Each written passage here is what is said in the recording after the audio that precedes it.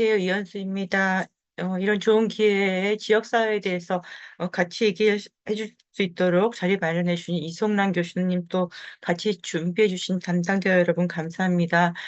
어, 저는 이제 박물관이랑 지역사회가 같이 가야 된다는 것은 다 같이 아는 내용이라고 생각합니다. 근데 이제 단계가 넘어가서 박물관이 지역사회와 같이 하기 위해서는 목적이 같아야 하고 단지 어떤 지역 내에 박물관이 건립되었다고 지역사회 안에서 무조건 환영받을 수 없다는 사실. 박물관과 지역사회는 보이는 것보다 더 복잡한 이해관계가 있을 수 있고 그 지역사회 내에서도 정치, 문화, 사회적으로 접근이 같을 수 없다는 얘기를 하고자 이 발표를 시작하게 되었습니다. 차례입니다. 주로 박물관 환경의 법률적 변화를 통해서 볼 거고요. 이 내용에서는 국립박물관을 중심으로 그 지역사회와 커뮤니티를 통해서 어떤 정체성을 확보해야 되는지를, 어, 담론을 형성하고자 이 글을 썼습니다. 시작하겠습니다. 2000년대 들어서 우리나라는 굉장히 박물관이 급증했습니다. 특히 지방자치에 따른 지역문화 향유를 위한 박물관 건립과 이에 따른 국가기관의 소속, 박물관의 지방 설립이 굉장히 눈에 띄었습니다. 그런 정부의 노력에도 불구하고 우리나라의 지방 인구 소멸, 인구 노령화 등 환경의 변화로 지역의 박물관은 실질적으로 많은 어려움에 당면하고 있습니다. 더군다나 팬데믹으로 인해서 박물관의 재정과 인력의 변화를 가져왔고, 아이콤 조사에 따르면 전 세계 박물관은 경제 여파와 박물관이 관람객과 소통하는 방식이 대전환되는 경험을 했습니다. 물론 현재는 그런 박물관에서 대면과 활동을 하고 있지만은 그 과정에서 이제 박물관의 디지털 전략을 재정립하면서 비대면 시대의 경험을 바탕으로 박물관이 운영되고 있지만 그런 시간도 잠시 지나서 다시 대면 활동을 하고 있는 것이 박물관 현황입니다.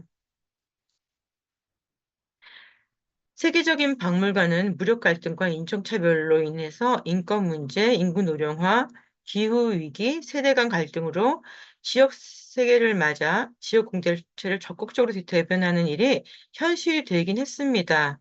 이러한 변환기에 지역사회 발전을 위해서 아이콘과 OECD 보고서는 한국 정부가 추진하고 있는 국가 균형 발전 계획과도 맥을 같이 한다는 것은 상당히 고무적인 일입니다. 지역을 특화하고 지역이 주도하는 성장 발달을 위해서 박물관의 잠재 능력을 확장할 수 있도록 지방자치단체와 박물관의 상호 역할과 협력 분야를 잘 설명하기 때문입니다. 지역사회를 위한 박물관의 기여는 내부의 혁신도 중요하지만 나아가 소재한 지방자치단체의 적절한 정책과 지원이 더욱 강화될 수 있음을 분명하게 명시했다는 점입니다. 우리나라에서 지역의 문화 활성화는 문화체육관광부와 안에 있는 문화정책과와 문화기반과를 중심으로 따르게 되는 경우가 굉장히 많습니다. 그래서 그 가장 기본이 되는 법인 박물관 미술관 진흥법이나 지역문화법이 이제 개정되면서 박물관 환경을 보완하고 있다고 할 수 있습니다. 그런데 박물관 입장에서는 어떤 정책은 물리적 지역 속에서 제한된 부분이 없지는 않습니다. 하지만 물리적 지역사회의 어떤 바운더리는 제시하지 않고 있습니다. 때로는 근래 지역사회에서 박물관이 기대한 문화활동은 지역사회 재정도 도움이 되기 때문에 하기도 합니다.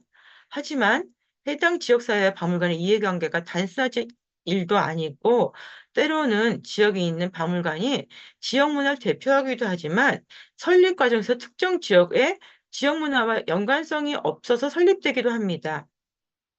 지역에서 박물관이 활동하기 위해서는 박물관이 지역사회를 선도할 어떤 미션과 비전을 제공해야 되고 지역사회가 가지는 목적과 박물관이 제공할 수 있는 요소가 상당 부분 조화로워야 하며 목표가 분명해야 되며 박물관이 지역사회에서 공감되는 가치를 제시할 때 사실 가능합니다. 그런데 아이러니하게도 대부분의 국립박물관은 지역사회와 동시에 모든 국민을 대상으로 합니다. 이 대상들에 대한 목적이 같을 수가 없다는 점입니다. 국립박물관은 국가의 재정을 바탕으로 설립되어서 공공적 사회적 책임을 지고 있습니다. 국립박물관의 규모와 역할은 일관될 수도 없고, 국립박물관의 규모가 눈에 띄게 크고 최고의 박물관 자료를 확보할 수도 없습니다. 유일하다고 반드시 좋은 주제의 국립박물관이 아닐 수도 있습니다. 하지만 이런 환경에도 불구하고 이런 문화체육관광부의 법은 지역에 있는 박물관의 설립 근거, 운영, 조직에 대한 바탕을 마련하고 입법하고 때로 일부 개정되기도 했습니다. 그래서 본 연구에서는 우리나라 정부의 등록에서부터 평가에 이르는 노력을 바탕으로 나가는 지역사회의 국립박물관을 물리적 지역사회와 비물리적 커뮤니티 시점에서 보고자 합니다. 방문객 현황을 살펴보고 이들에게 필요한 지역사회의 개념과 커뮤니티 개념을 예시하며 지역의 국립박물관의 지역 상생 방향을 살펴보고자 합니다. 하지만 제가 발표하는 예시가 다른 박물관에 적용되는 것은 아니며 박물관마다 지역사회와 커뮤니티의 범위와 대상은 박물관의 설립 목적, 비전, 미션에 따라서 다양할 수뿐이 없을 것입니다. 다양한 예시 속에서 박물관마다 길을 찾아 나가는 동기가 부여되기 바라는 마음에서 발표를 하고자 합니다. 이 장은 박물관 환경의 법률적 변화 내용으로 박물관 미술관 진흥법, 지방자치법에 대한 얘기를 하고자 합니다. 박물관의 설립과 운영은 문체부의 이런 법의 바탕이 되기도 하는데 세부적으로 2012년에 박물관 정책 목표를 따로 제시했었습니다. 당시 우리나라 박물관 현장에서 개선돼야 할 내용을 포함하고 있습니다. 지금 보면 굉장히 익숙하고 당연한 것으로 보이는데 그때는 이것만큼 실천적으로 중요하지 않은 내용이 없었던 시절이 있습니다. 박물관을 통해서 문화 교육을 선도하기 위해서 공공성과 전문성을 강화하고 실천 방안으로 박물관 인력의 전문화, 박물관 제도의 체계화, 박물관 경영의 효율화, 마지막으로 전시회 프로그램을 대중화하겠다고 했으며 이때 국공산림 및 대학박물관에 따른 설립, 등록, 평가, 지원 방향을 상당히 구체화했던 시기입니다. 단지 10년 전일 뿐입니다. 이후 두 차례 발표된 박물관 미술관 중장기 계획은 문화로 삶을 더 풍요롭게 하고자 했으며 문화의 가치를 더하고 국민과 함께 하겠다는 국민 생활 속으로 박물관이 더 가까이 보고자 했습니다. 그리고 문화관광부는 올해 아직 발표는 안 해서 제가 화면을 좀 이렇게 했는데요. 박물관 미술관 중장기 계획에 따라서 박미법 세부 내용을 수정하기도 하고 강조돼야 하는 것은 조금 지난 2018년과 23년 사이에 발표된 내용과 다르게 지자체가 박물관과 함께 살아갈 수 있도록 지역적 전문가 확보 노력과 재정적 자율성을 강조하는 내용이 들어갈 것으로 보입니다. 2018년 당시 나라에서 지역에 대한 관심은 지속해서 있었지만 2024년에는 보다 적극적으로 핵심 전략에 지역과 함께하는 박물관을 위해서 아마도 첫째, 지역문화 거점으로 박물관 역할 확대, 둘째, 지역 커뮤니티 박물관 운영 활성화, 셋째, 지역의 문화적 활력을 위한 박물관의 기능 확장 세부 과제가 아마 설정될 것으로 보입니다. 즉, 지역에서 이 역할을 굉장히 구체적으로 제시하지 않으면 지역에 있는 박물관이 이제 운영조차 어렵게 될 수도 있다는 이야기입니다. 나라에서 정해주는 범위를 고려하기 위해서 박물관이 노력이 더 요구되는 그런 중장기 계획이 나올 듯해 보입니다. 물론 박물관, 미술관 일부 개정령으로 입법되는 사항을 보면은 지자체가 자율적으로 문화 기반을 조성할 수 있도록 지역 주민의 문화 향유권 증진과 국립 박물관, 미술관 예산의 지자체 균축 사업 전환에 따라서 지자체의 자율성과 책임성을 강화하기 위해서 국립박물관 중심이 된 내용을 많이 나왔는데요. 사전평가와 설립 타당성을 지방자치로 이양하기로 했다는 점, 또 최근에 기부금을 접수할 수 있으나 모집할 수 없는 방미법을 개정해서 의견 조회를 시행하고 있습니다. 국립박물관 중심의 변화이지만은 이런 문체부의 노력은 박물관 현장을 바탕으로 논의가 되기 시작했다는 이야기입니다.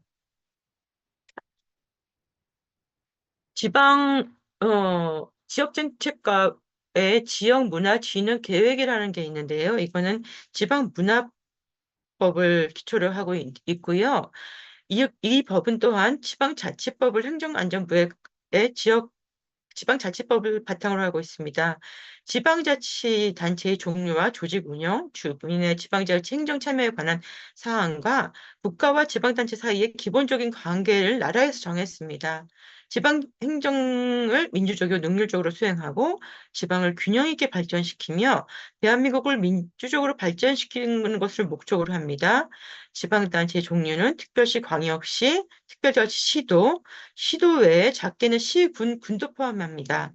그런데 지방자치단체의 군은 특별시와 광역시에 관할 구역의 구만을 말하며 자치구의 자치권의 범위는 법령으로 정하는 바에 따라 시와 군과 다르게 할 수 있다는 점이 또 특이합니다.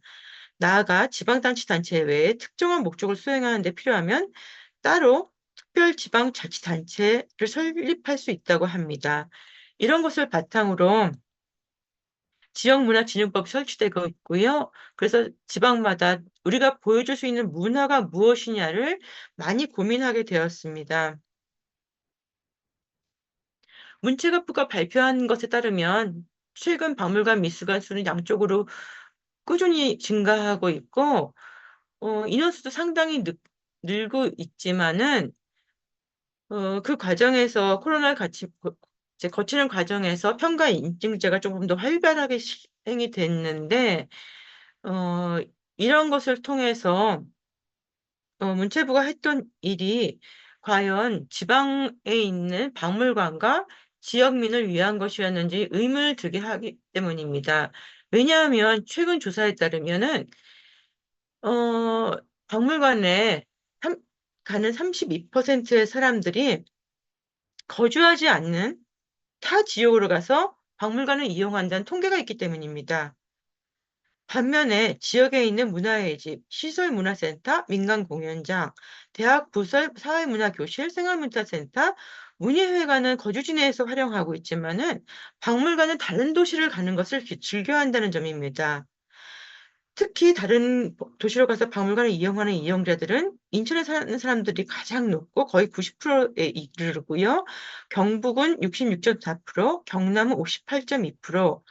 이 데이터를 보면요. 경북과 경남에 있는 사람이 이동이 참 활발하다는 생각이 듭니다. 충남은 56.2%, 대전은 53.9%로 사실 많은 지역의 지역민들은 자신이 속한 지방에 있는 박물관을 이용하지 않는다는 점입니다. 그렇다면 우리나라 특히 국립박물관은 어떻게 해야 될까요? 본 장에서는 지역 국립박물관의 현황과 국립박물관의 정체성, 지역사회와 커뮤니티에 대해서 말씀드리겠습니다. 제가 이 표를 정리하면서 한 내용은 우리나라는 국립박물관이 50개 이상입니다. 지난 몇 년간 급격하게 2배 정도가 늘었다고 할 수 있습니다. 이 중에서 현재 한국박물관협회 기준으로는 서울에 14개관이 있고 문화체육관광부 문화기반시설 총람을 기준으로 하면은 14개가 있긴 한데 미등록기관인 국립미술박물관 파주관, 국립국악원, 국악박물관, 석조전 대한제국 역사박물관을 포함했다고 할 수 있습니다. 한국박물관협회와 문화체육관광부의 어떤 조사는 약간의 오차는 있지만 결국 지방에 있는 국립박물관은 한 30여 개의 관이고 근데 그중에 많은 수가 국립중앙박물관 산하 13개 기관이라는 점입니다. 그래서 지방에 있는 국립박물관은 경기권을 포함해서 20개 정도 있다고 할 수 있습니다. 한국박물관협회와 문화체육관광기준으로 만든 제가 20개 관을 지역마다 정리를 했는데요. 현재 이 표 안에는 2024년에 등록이 된 경남의 국립저작공 박물관이 추가를 넣었고 박물관협회에서 아직 개관이 안 된 국립인천해양박물관이 있어서 그걸 넣었고 개관하였으나 앞으로 등록 심사를 받을 세종에 있는 국립어린이박물관은 명단에 추가하지 않았습니다.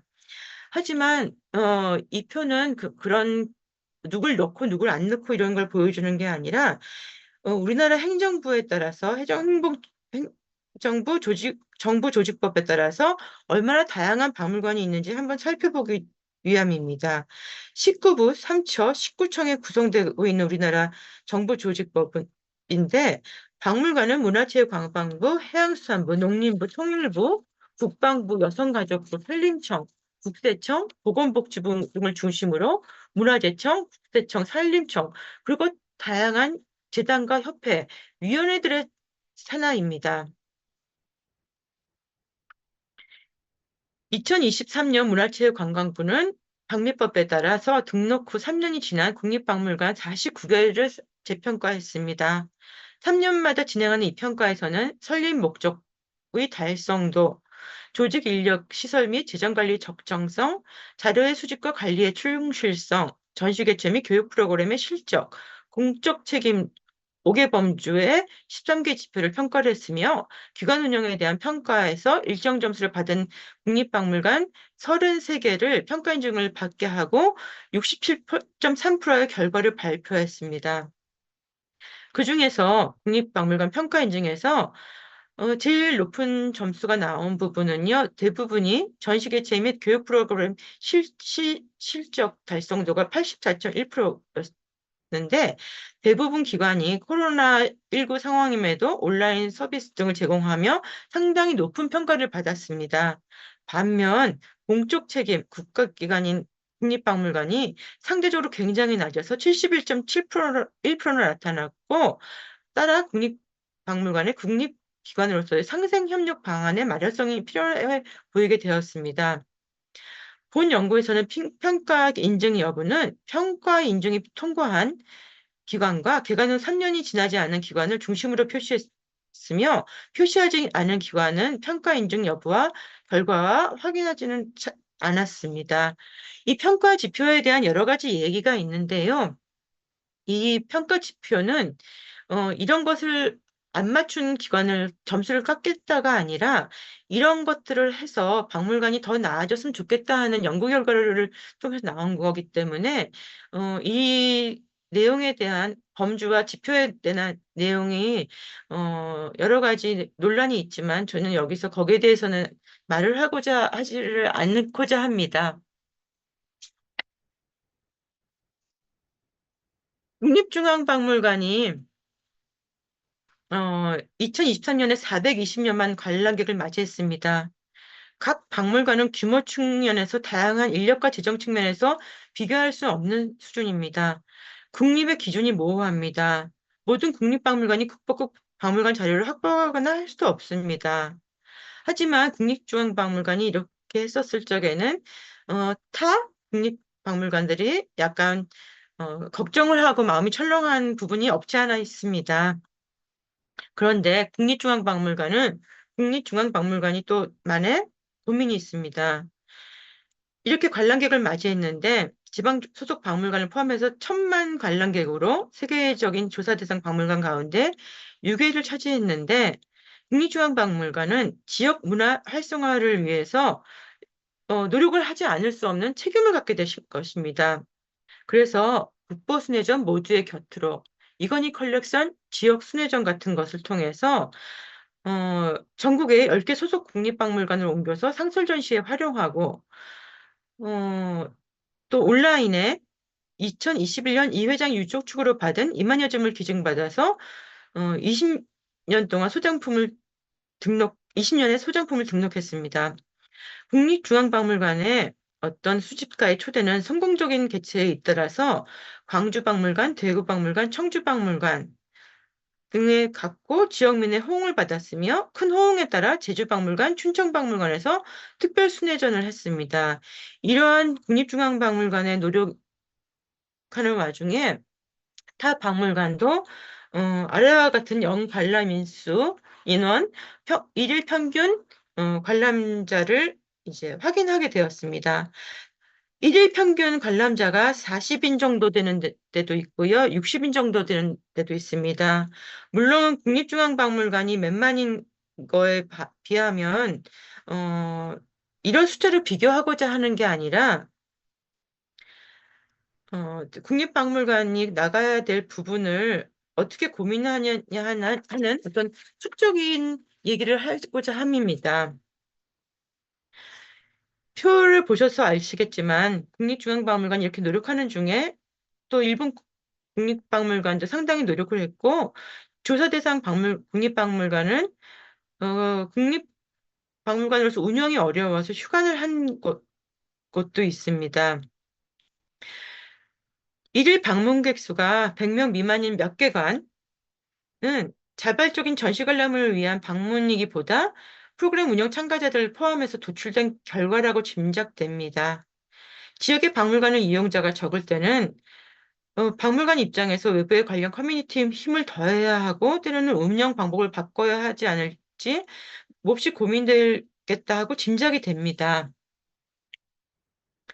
국립현대미술관과 한글박물관의 운영의 논란이 시작된 이후에 국립박물관은 여러 가지 어려움을 보고자 직접 운영, 법인화, 일부 위탁 운영 등 지역 위치에 따른 현실적인 문제를 극복하기 위해서 다양한 형태로 운영하기도 합니다.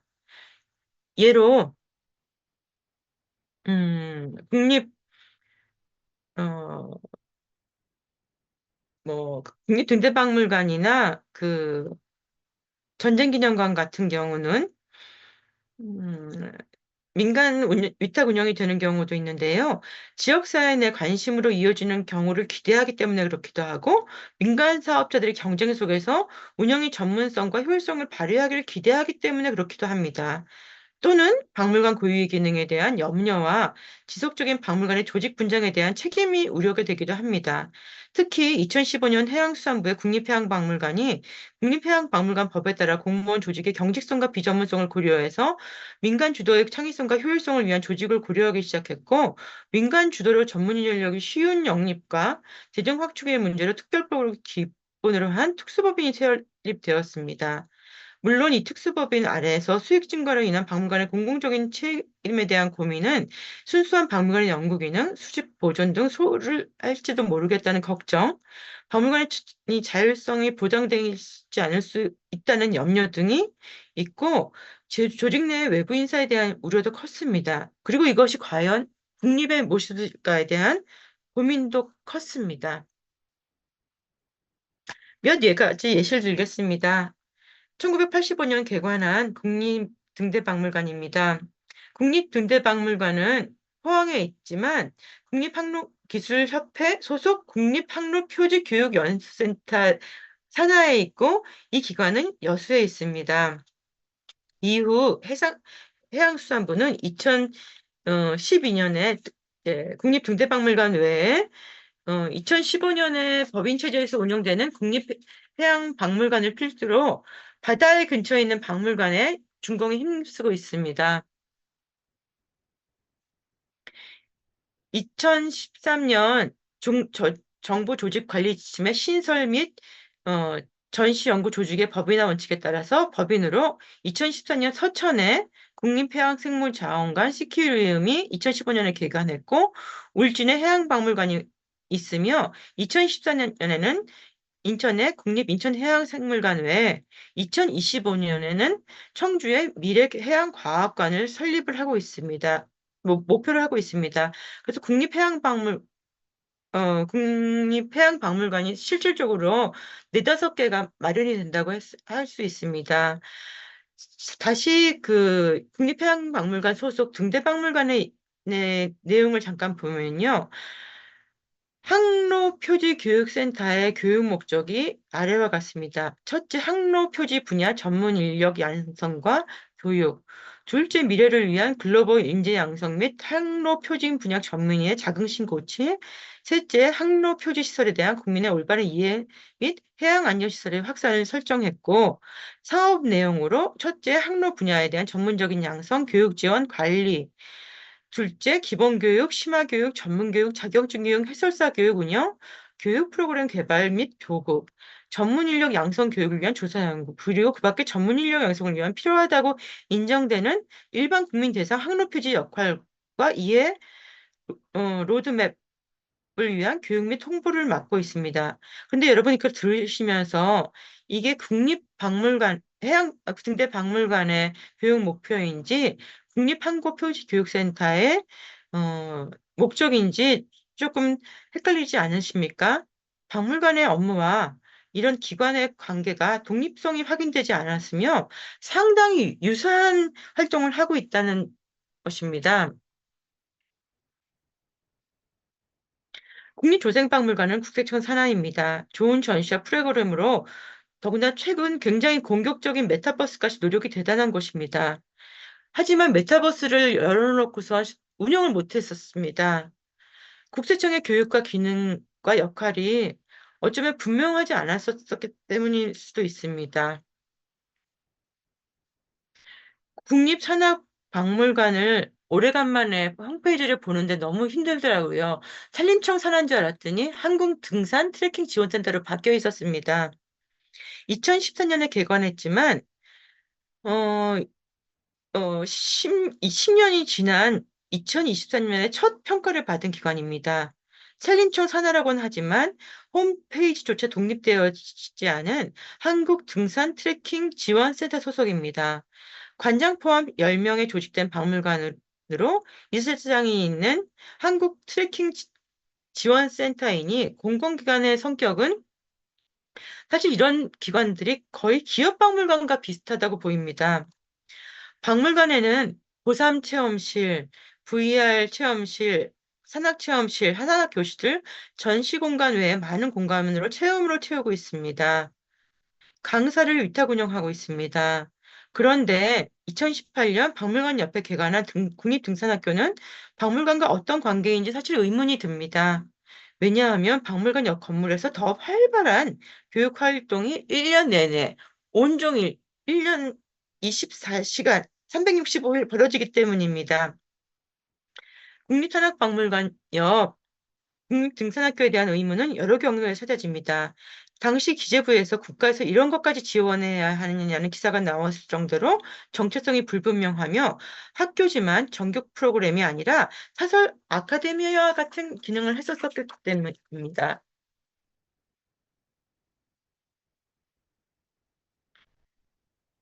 제가 예시를 들은 이런 박물관들은 관련 전문가들이 이제 개입돼서 전문적인 전시가 되고 있지만 각 분야의 전문적인 지식과 박물관 해석은 때로는 같은 결과를 가져올 수는 없습니다. 국립조세박물관은 국세청 업무와 교육을 모호하게 구분이 없을 때 하고 있기 때문에 국세청 프로그램이 곧 국립조생박물관의 활동에 도움이 될지는 사실 의문입니다. 국립태권도 박물관에서 만나는 많은 태권도인과 국립무형유산원에서 교육이 중심이 되는 무형유산 전수자와 이수자는 박물관에 어떤 전시를 해석해서 프로그램을 진행하는 데 연구가 근거가 되는지 조금 더 조사를 해야겠습니다. 바렛이 하바마스에서 인용했듯이 근대의 박물관은 시민 권력 형성 및 이해도모의 합리적인 과정을 위한 공론장입니다.